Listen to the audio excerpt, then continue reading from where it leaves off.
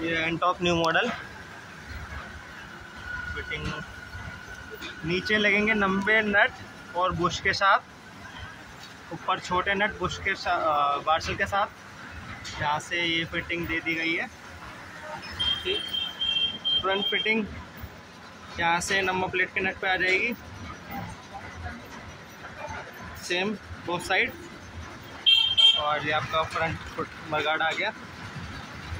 यहाँ पे आपके स्लाइडर्स लग जाएंगे। यहाँ पे बुश एंड आपका नट विथ लॉन्ग वाला नट लगेगा, जो शॉर्ट वाला हम देंगे वो ऊपर लगेगा। ये बैक साइड हो गई आपकी।